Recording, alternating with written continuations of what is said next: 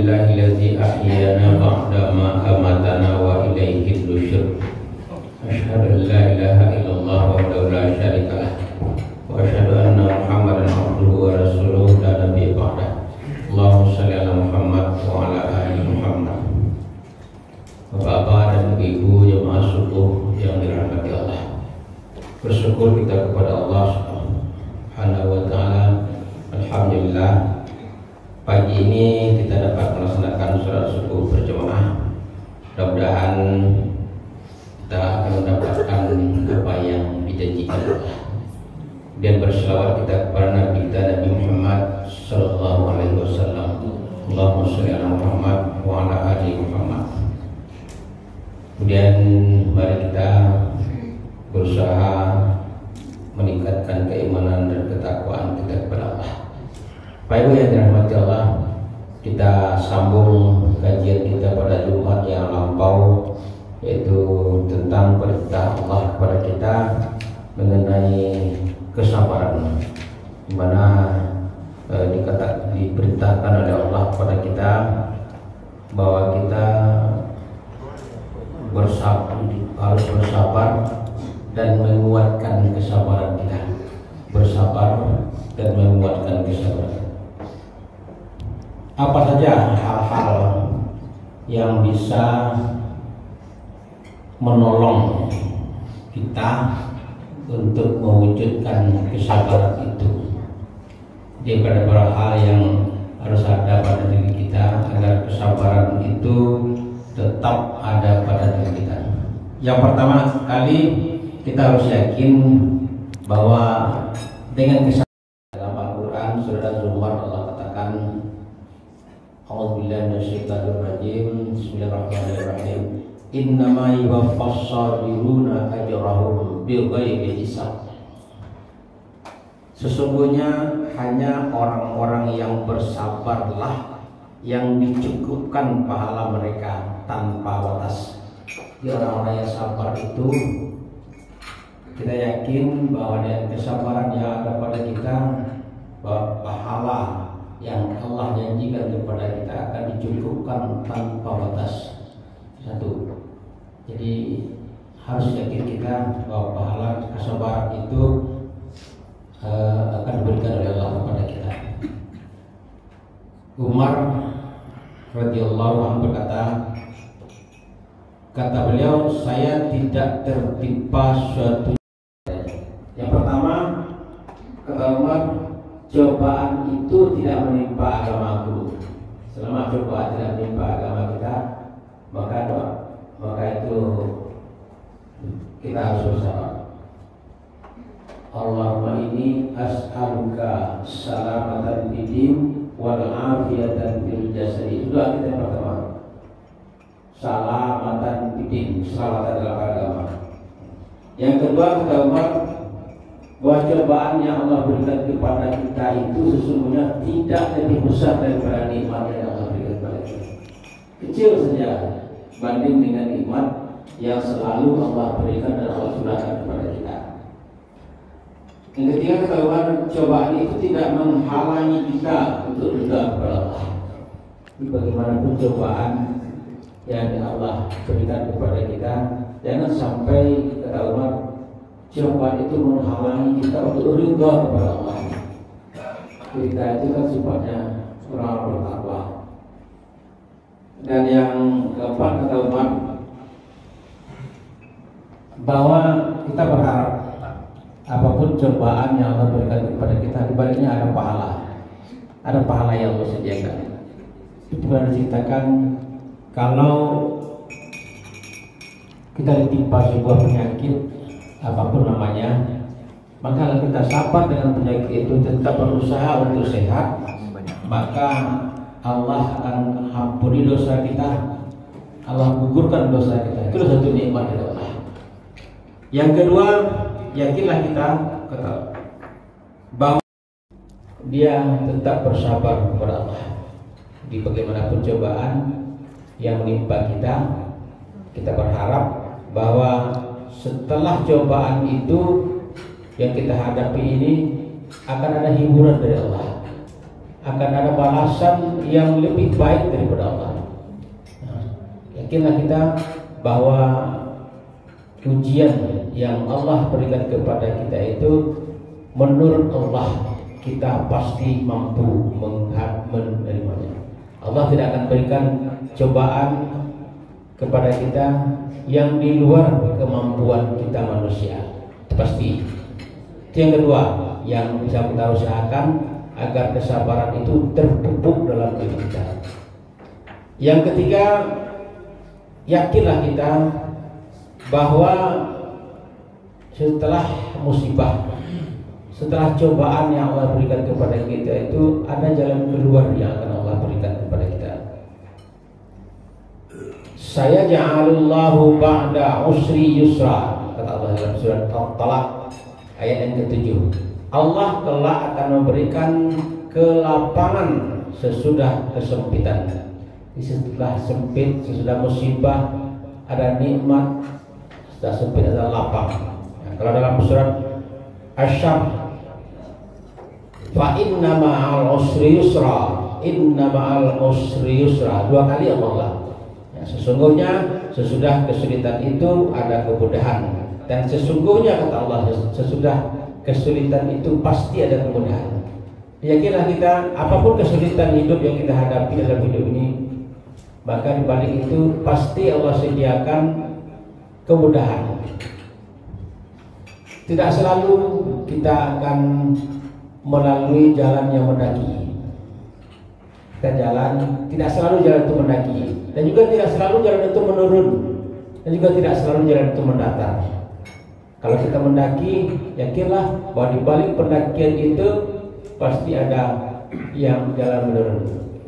Setinggi-tingginya pendakian setinjau laut, lepas dari air sirah kita menurun. Begitu. Tak mendaki terus, Pak. Setinggi-tingginya mendaki ke Padang Panjang, lepas dari Kota Baru kita menurun ke Bukit Tinggi. Perhatikan, itulah sesungguhnya tamsil yang Allah berikan kepada kita dalam kehidupan ini.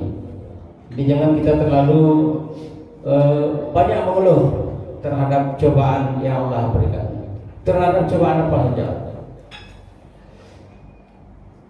Kemudian yang keempat, agar kesabaran itu bisa kita pupuk dalam diri kita, kita mengetahui bahwa kesedihan itu tidak akan dapat mengusir musibah. Bapak yang dirahmati Allah, semua kita, siapapun dia, pasti akan mendapat ujian dan musibah dari Allah. Macam-macam. Walanabluwannakum bisyai'in minal khawf wal ju' wa naqsin minal amwal wal anfus was samarat wa basyiris sabirin. Akan diuji kamu dengan berbagai hal. Khauf, takut. Pernah kita mengalami rasa takut yang luar biasa? Pernah sekali. Berbagai hal yang buat kita rasa takut. Baru-baru ini selepas puasa kemarin kita diuji sedikit oleh orang yang rasa takut luar biasa. Tengah malam itu gempa, ya. Timbul rasa takut dalam diri kita masing-masing. Saya dengan keluarga pergi meninggalkan komplek ini. Apa yang terjadi, Pak? Begitu sampai di jalan di luar itu, jalan di Goro ini luar biasa ramainya kendaraan. Tak seperti siang lah ramai itu, Pak. Siang hari lah ramai itu. Kenapa? Ada rasa takut pada diri kita masing-masing. Ya, kalau ada salah seorang anggota kita yang meninggal atau ada yang luput dari kita nikmat Allah, kita bersedih. Bolehkah bersedih? Boleh. Tak dilarang bersedih. Tapi bersedih yang berlarut-larut itu tak boleh. Karena kesedihan yang berlarut-larut itu sesungguhnya tidak akan menghilangkan musibah. Tidak akan dapat mengusir musibah itu. Menangis 3 hari 3 malam. Yang musibah tak akan hilang. Tapi bagaimana? Pupuklah kesabaran. Maka kesabaran itu Allah akan turunkan ketenangan kepada kita. Orang yang sabar itu memupuk rasa ridha terhadap ketetapan Allah terhadap dirinya. Itu yang keempat. Jadi ridha kita terhadap ketetapan Allah, dan jangan bersedih berlarut-larut. Jangan dipupuk rasa takut berlarut-larut, karena itu tidak akan menghilangkan musibah penyakit yang ada pada diri kita. Kalau kita sakit, sedih kita, iya, berusahalah untuk berobat.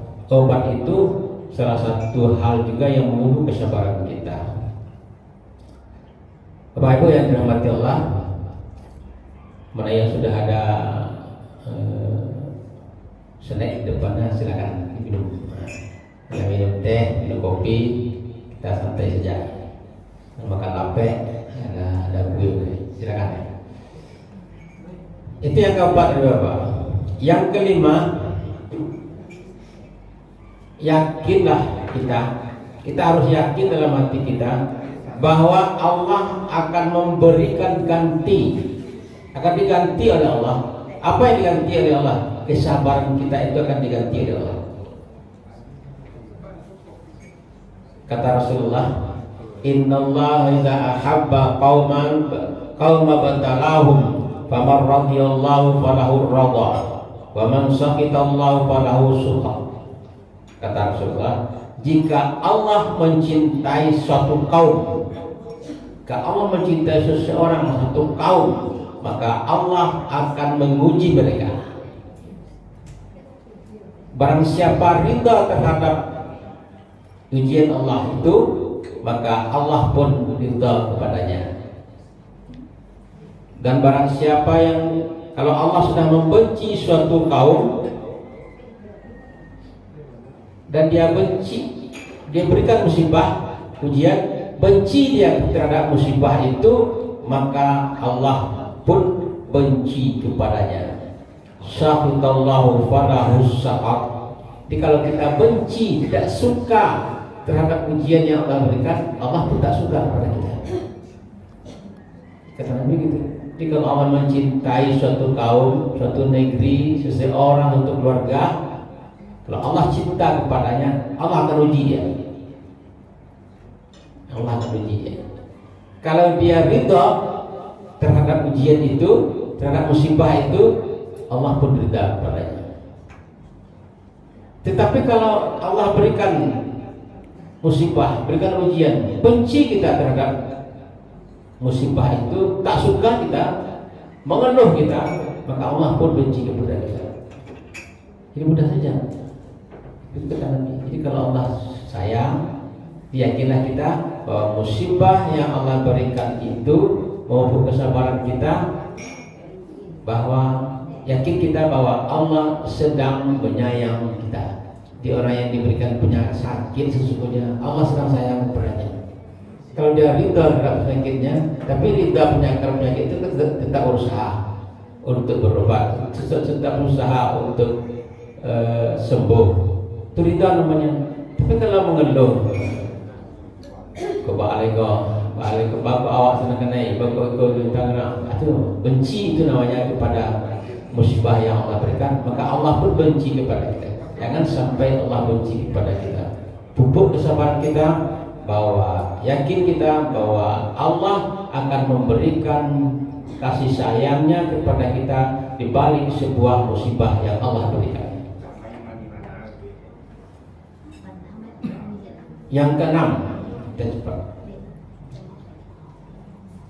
agar kesabaran kita itu bisa kita pupuk, bahwa kita yakin bahwa cobaan itu dapat mengangkat derajat kita. Cobaan itu akan mengangkat derajat kita. Pak Ibu yang dirahmati Allah, anak sekolah, anak-anak kita yang sedang sekolah, kemarin ini ujian, ya, ujian. Kemarin saya lihat, kami ke Pariaman kemarin lewat di pantai Sunur, ke Sunur aja, bukan Sanur ya. Itu anak-anak SMP sudah mencoret-coret bajunya. Ya.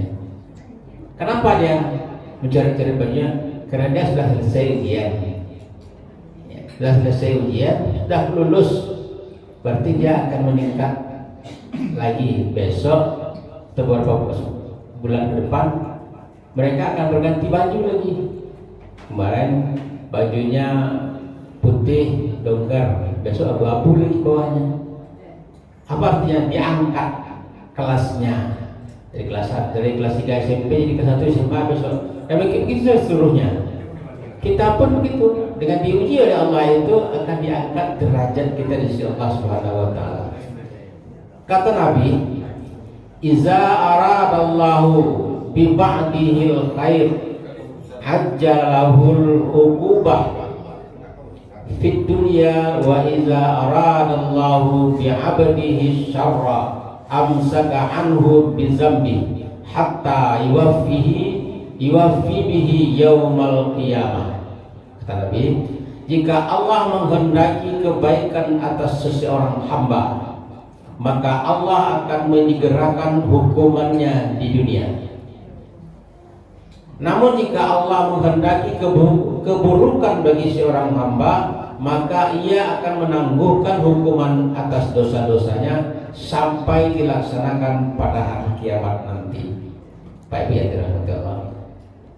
Yakinlah kita, kalau Allah memberikan sebuah musibah, itu tandanya Allah akan mengangkat derajat kita. Karena Allah ingin derajat kita itu diangkat, disegerakan hukuman kita di dunia ini. Macam-macam hukumannya. Apa hukumannya? Yang tadi dalam Al-Baqarah tadi, "Wa nabluwannakum bisyai'in minal khawf wal ju' wa naqsin minal amwal wal anfus was thamarat." Ujian semuanya.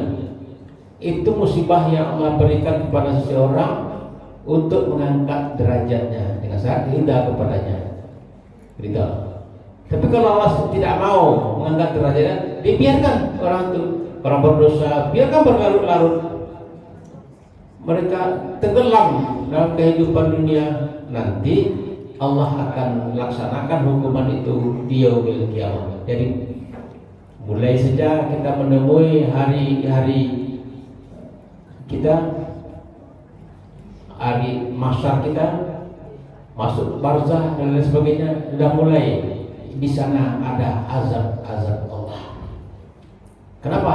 Karena dosa kita, kebencian Allah kepada kita, ditundalah azab itu terhadap kita, ditundalah hukuman terhadap kita. Nanti hukuman yang diberikan kepada orang-orang yang dibenci adalah itu abadi, kekal selama-lamanya.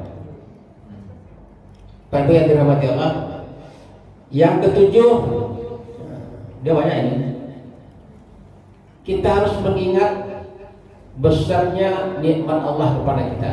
Jadi kita bandingkan Bapak Ibu dengan musibah yang Allah berikan seperti ini, cobaan yang Allah berikan seperti ini, mana yang lebih besar dengan nikmat yang Allah berikan kepada kita? Pasti jauh lebih besar nikmat yang Allah berikan kepada kita. Pasti. Kita sedikit saja. Nikmat Allah itu luar biasa kepada kita dibandingkan dengan musibah. Baik Bu, hari ini kita bisa saya sering menyampaikan seperti bisa duduk dalam masjid ini dengan tenang sambil minum, sambil makan. Karena nikmat Allah. Apa salah satu nikmat Allah yang kita terima, yang kita nikmati sehari? Oksigen, Pak. Oksigen. Allah sediakan ini gratis. Gratis, tak bayar. Bapak Ibu, saya yakin pernah ke rumah sakit, atau lagi kita pernah sakit. Di rumah sakit dikasih oksigen. Dikasih tali. Kalau kecil pompa kita lihat ruang coba. Bidon ada selang. Kemudian dihubungkan dengan tabung yang kalau yang besar itu tak terangkat oleh kita. Pakai roda. Apa itu tabung oksigen? Itu berbayar, Pak. Dibayar. Saya tak tahu berapa bayarnya oksigen itu.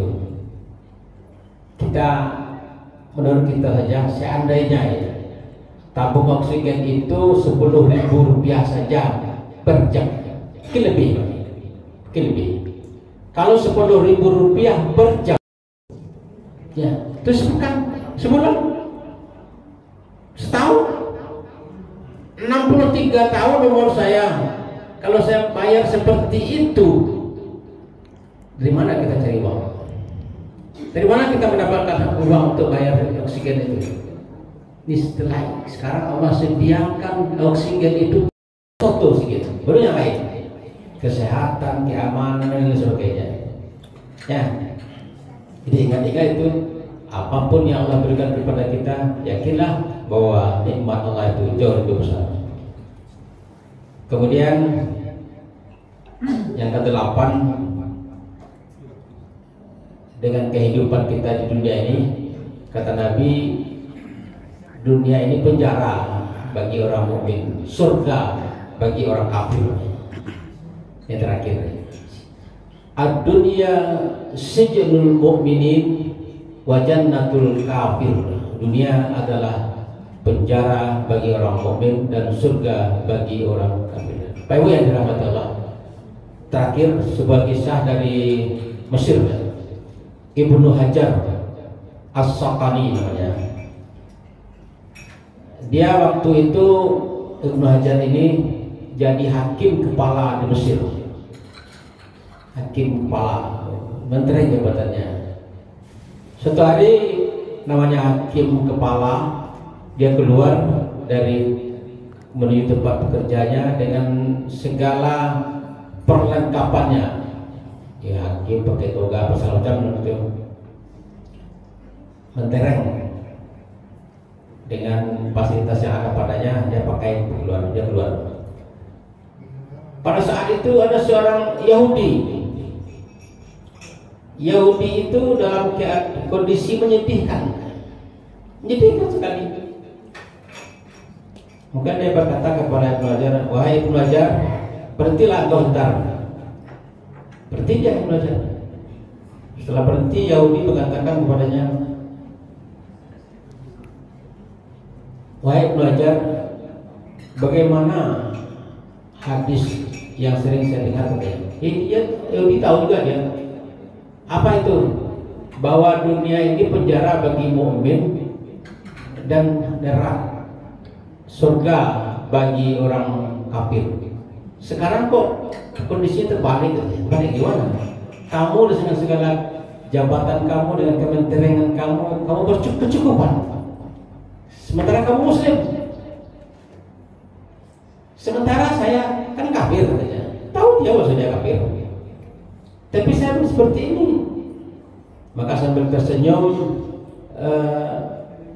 Ibnu Hajar mengatakan, apa katanya? Sesungguhnya Allah memberikan surga kepadamu di dunia ini dengan kekafiranmu itu. Kamu tak pernah bersyukur terhadap nikmat Allah. Kamu tak pernah sujud kepada Allah. Maka Allah segerakan seperti itu kepada kamu. Sementara saya bersyukur dengan kemegahan yang ada pada saya, dengan kenikmatan yang ada pada saya, maka semuanya itu menjadikan saya jadi orang yang bersabar. Dan sesungguhnya kata Ibnu Hajar, jabatan ini, pakaian ini adalah penjara bagi saya. Kenapa begitu? Karena dengan segala ini saya tidak bisa berbuat apa-apa. Ya kan, kalau kita ada jabatan bagi diri kita, sungguhnya jabatan itu penjara bagi kita. Saya pernah menjabat sebuah jabatan tak tinggi-tinggi, Pak, hanya level 3 saja di sebuah kota kecil di sana. Memang saya penjara, Pak. Tak bebas kemana-mana. Hari Sabtu, hari Ahad, orang-orang pada libur, bebas kemana-mana. Waktu itu saya, kalau jangankan pergi ke Padang, pergi ke Solo saja di hari Sabtu harus minta izin dulu kepada pimpinan. Dan itu tak perlu ditunggu bahasanya iya tidak, hanya tunggu bahasa tubuhnya. Ngerti kita tuh. Kalau saya minta izin, Pak, besok saya Padang Jumat sore, katakan padanya. Kalau dia diam saja, namanya begitu. Nah, saya begitu. Diam saja ya, tidak boleh begitu. Karena nanti sore akan ada SMS masuk dari ajudannya, dari sespinya, bahwa besok menampilkan bapak ke sana, besok menampilkan bapak ke sana, besok disuruh bapak ke sana, ke penjara itu. Tapi kalau dia katakan apa urusanmu, apa macam itu apa itu gila. Nah, jadi sebuah jabatan itu punya penjara. Nah, tapi kalau kita syukuri, maka itulah yang menjadi penjara bagi kita. Dan begitu kita lepas dari jabatan itu, yang saya rasakan lepas dari jabatan itu, ada yang kurang, ada pasti fasilitas dan lain sebagainya ada kurang. Tapi dari segi mental, segi moral, segi kebebasan, tak ada lagi alam. Mau kemana sebenarnya? Gitu. Jadi sesungguhnya harus kita sadari siapapun kita, apapun yang kita terima di dunia ini berupa pekerjaan, jabatan, itu sesungguhnya punya apa. Nah, tapi bebas kita mau berekspresi menurut kehendak kita. Berpakaian saja kita dilihat orang, jalan kita dilihat orang, anak kita melakukan sesuatu dilihat orang. Bapak Ibu yang dirahmati Allah, jadi itulah sesungguhnya bahwa yakin kita dengan demikian Allah akan memberikan kesabaran kepada kita. Bahwa yakin kita dengan pemahaman bahwa dunia ini adalah penjara bagi orang mukmin yang bisa meningkatkan kesabaran kita, dan surga bagi orang-orang kafir. Bapak Ibu yang dirahmati Allah, mungkin itu saja pagi ini kita sampaikan. Mudah-mudahan kita bersama bisa sama-sama meningkatkan kesabaran kita. Yakinlah kita bahwa apa yang Allah berikan kepada kita, nikmat Allah jauh lebih besar. Terakhir kita tutup majelis kita ini dengan doa. Subhanakallahumma wa bihamdik, asyhadu an la ilaha illa anta, astaghfiruka wa atubu ilaik. Billahi taufiq wal hidayah. Assalamualaikum warahmatullahi wabarakatuh.